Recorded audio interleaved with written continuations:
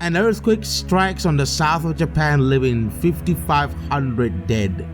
A man completes a new record in a mirror space station. And an online war planted its seed on a Usenet group by the name of Alt Religion Scientology. January 11th, 1995. An group message, which is a command designed to remove a news group from the Usenet, was posted containing the following statement.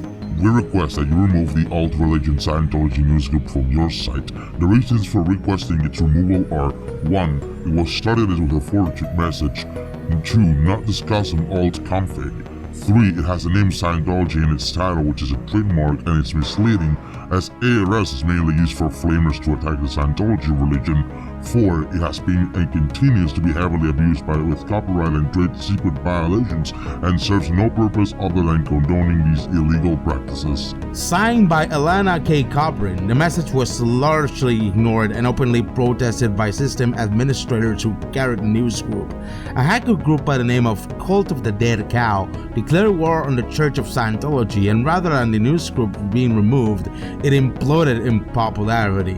A seed of online warfare has been planted, and this was only the beginning of a long-lasting war between Scientology and the internet as a whole.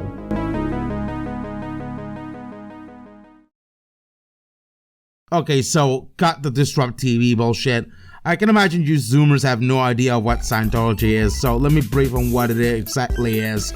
The Church of Scientology is a cult founded by sci-fi writer L. Ron Hubbard, who believes there was this race of aliens led by Xenu who crashed into a volcano and all died, and then their souls possess every single human being on the planet.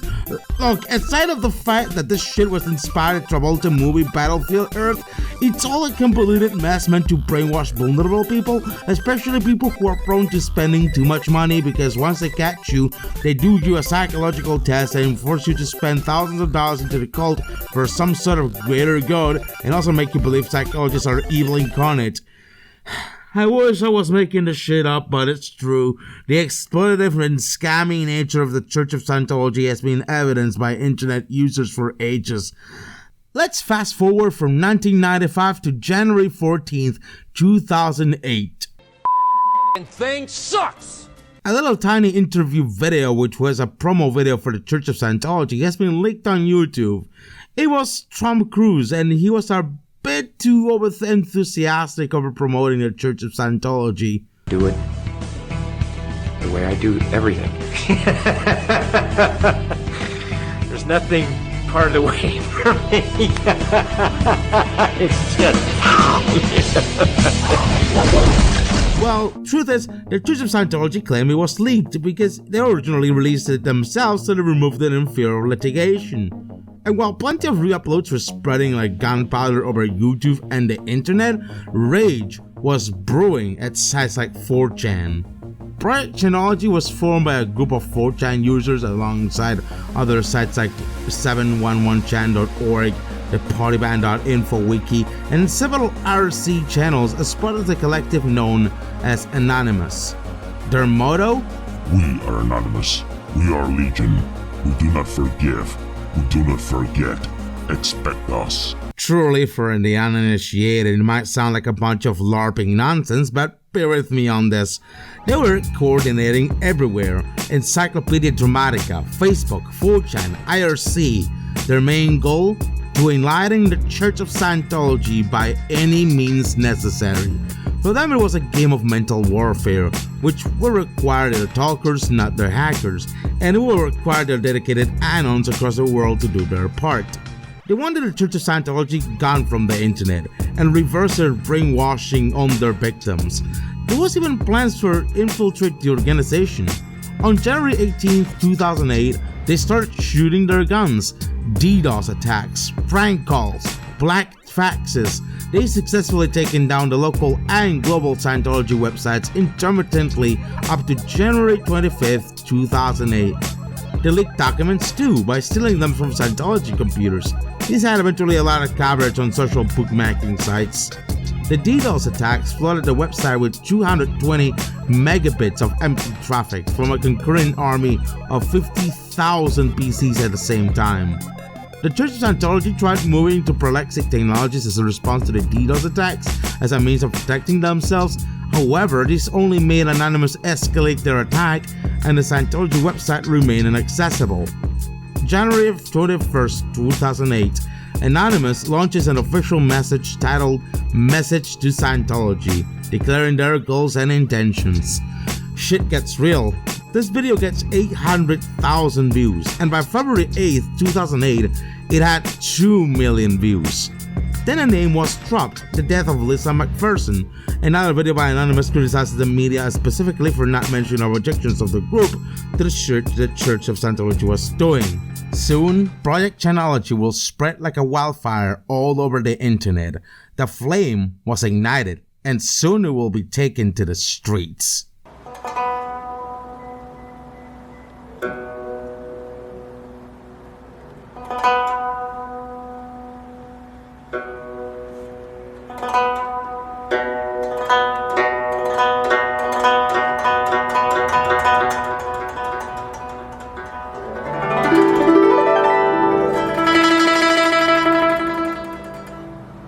Ah yes, good old tankies. We love to hate them. Some of them will have to remind you that nothing ever happened on June 4th, 1989. Coincidentally, 3 months before yours truly was born. The point is, do you want to know why China likes to tell you nothing happened on June 4th, 1989? Let me tell you the story of Tiananmen Square. In 1976, Mao Zedong died and his cabinet was arrested. Mao Zedong was responsible for the Cultural Revolution, which was pretty much the idea of promoting ideological purity in China, whatever authoritarian shit that is. In September 1 year after, Deng Xiaoping proposed Baolan Fasheng, bringing order out of chaos to correct the mistakes of the Cultural Revolution. This ideological purity by next year, where Deng became as the de facto leader of China, will be replaced by a concerted attempt at achieving material prosperity. Look, you don't need to understand the constant infighting between the Chinese Communist Party's members in this case. All you need to know is that Deng Xiaoping allowed for private-owned businesses to thrive within the Communist China, making it possible to capitalism to just thrive in a country that isn't capitalist. I'm not going to bore you with the particular details of these reforms and changes that led into a social disenfranchisement and legitimacy crisis, because bottom down, China was still an authoritarian regime, which lead us to mid-1986. Astrophysics professor Fang Lizzie returns to from the Princeton University to start a tour around the universities of China. He talks about liberty, human rights, and the separation of powers, alongside with the idea that the huge amount of poverty in China was a direct result of China's authoritarian political system and rigid command economy. Deng Xiaoping didn't like this too much. We reminded him about Western lifestyles, capitalism, and multi-party systems, which went against the Chinese Communist Party, so Deng had to warn the population about this. By December 1986, inspired by Fang, the first student demonstrations and protests began. The General Secretary Hu Haobang was blamed for mishandling these protests, so he was forced to resign as General Secretary in January 16, 1987. This had the Chinese Communist Party to begin a campaign against Hu, political liberalization, and Western-inspired ideas in general, which stopped student protests, but Hu remained popular among intellectual students and Communist Party progressives. Then, Hu Jiabang died of a heart attack on April 15, 1989, which made students get really pissed off. This was mainly because they believed the forced resignation was to blame. The protests and gatherings started growing again. By then, students gathered at the Tiananmen Square. Security was tight, especially at the east entrance of the Great Hall of the People. Some students make it through. In fact, very few of them were allowed to cross the police line to make demands. On April 22nd, shit was getting serious. Rioting on the streets, cars and houses destroyed, looting in shops, 38 stores were ransacked, and over 350 people were arrested, all in Changsha and Xi'an. By then, the party will start to take measures to combat these riots and protests, at least to make the students go back to class. May 13, 1989, 2 days before the visit of Mikhail Gorbachev, the hunger strikes began. Deng Xiaoping ordered to clear the square in order to leave room for Gorbachev. Then 2 days later, Gorbachev arrived, but was erupted by students still.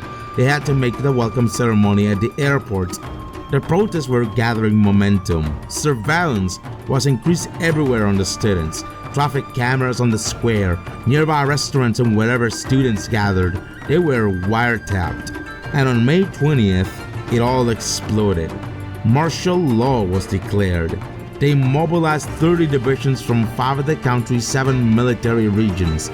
250,000 troops were sent to the capital, Beijing. They were blocked by protesters. The students and sympathizers surrounded military vehicles. Protesters lectured soldiers, provided soldiers with food, water, and shelter. The crowds of protesters grew more disorganized and unhygienic, while accusations flew of collusion with the government. The PLA army was advancing. They began firing the air as a warning shot. And then, chaos erupted.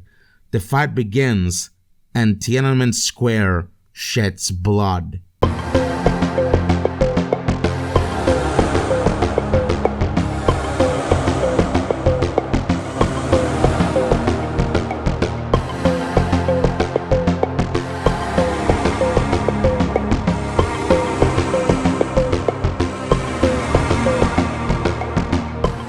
Dear viewer, do you money? Do you like spending money on entertaining and funny content? Don't you hate wasting money on really unentertaining and unfunny crap? Then why not join the Goon Fund? $5 a month, exclusive video content, sketches, even very saucy content. Learn some angry French.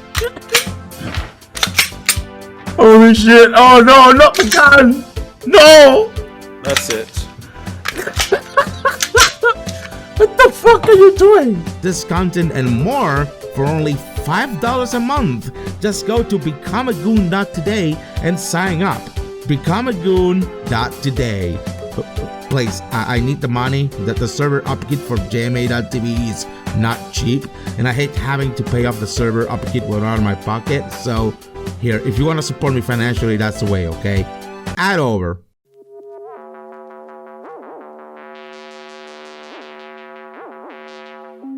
Speaking of protests, Chanology protests were everywhere. By February 10th, 2008, a grand total of 6,000 protesters on over 90 cities in 14 countries all over America and Europe protested against the Church of Scientology. Numbers were growing by March 15, 2008, with over 6,700 protesters on just at most 100 cities. By then, on May 8, 2008, the Church of Scientology was crying about dealing with 96 death threats, bomb threats, acts of violence, and vandalism from Anonymous. However, the FBI doesn't seem to find a connection between these threats and Anonymous. There were, although, some critics to a few of Anonymous's tactics, to name a few. There's Mark Bunker, Emmy Award-winning journalist and Scientology critic, who runs the website ChinoTV.com, who disapproved of the illegal tactics of Anonymous. One Chanology Anonymous member went on January 8, 2009, running into the New York Scientology building shirtless and covered with Vaseline, pubic hair, and toenail clippings, tossing books around and smearing the mixture on objects in the building. Guys, seriously, don't do this, please. He was later arrested for burglary, criminal mischief, and aggravated harassment as hate crimes. Not good. By then, you can notice this was all a mess. By one hand, the Church of Scientology was doing an embarrassing damage control operation, but on the other hand, some, even a lot of Anonymous, was acting like, animals. And what for? Not much, really. The Church of Scientology was still doing dubiously censorship through DMCAs and whatnot, and they sometimes get away with a few legal cases against them. The Church of Scientology is still running. It was not free of controversy, that is, and even if they're still operating, they remain as one big joke of a cult for the whole internet, forever remembered as a corrupt, litigious, and too powerful organization.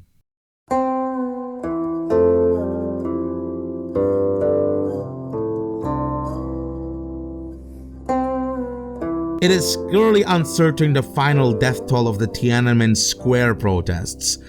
The official government numbers put the death toll on 300. The Chinese Red Cross estimated 2,600, but later denied having given such a figure. The Swiss ambassador estimated 2,700. In 2017, a disputed cable sent in the aftermath of the events of Tiananmen had British Ambassador Alan Donald to initially state, based on the Trust Me Bro sources from his good friend, that a minimum of 10,000 civilians died. Although when the cable was declassified, former student protest leader Feng Congde pointed that Donald later revised his estimate to 2,700 to 3,400 deaths, which was closer to estimates. Didn't matter anyway, there were arrests, punishments, and evacuations, and had longer-term impact on Chinese society. China openly censors any mention of these protests anywhere, from WeChat to even street conversation. So I hope that didn't deduct you an unreasonable amount of social credit points for you, because that's the story of how nothing happened on June 4th, 1989.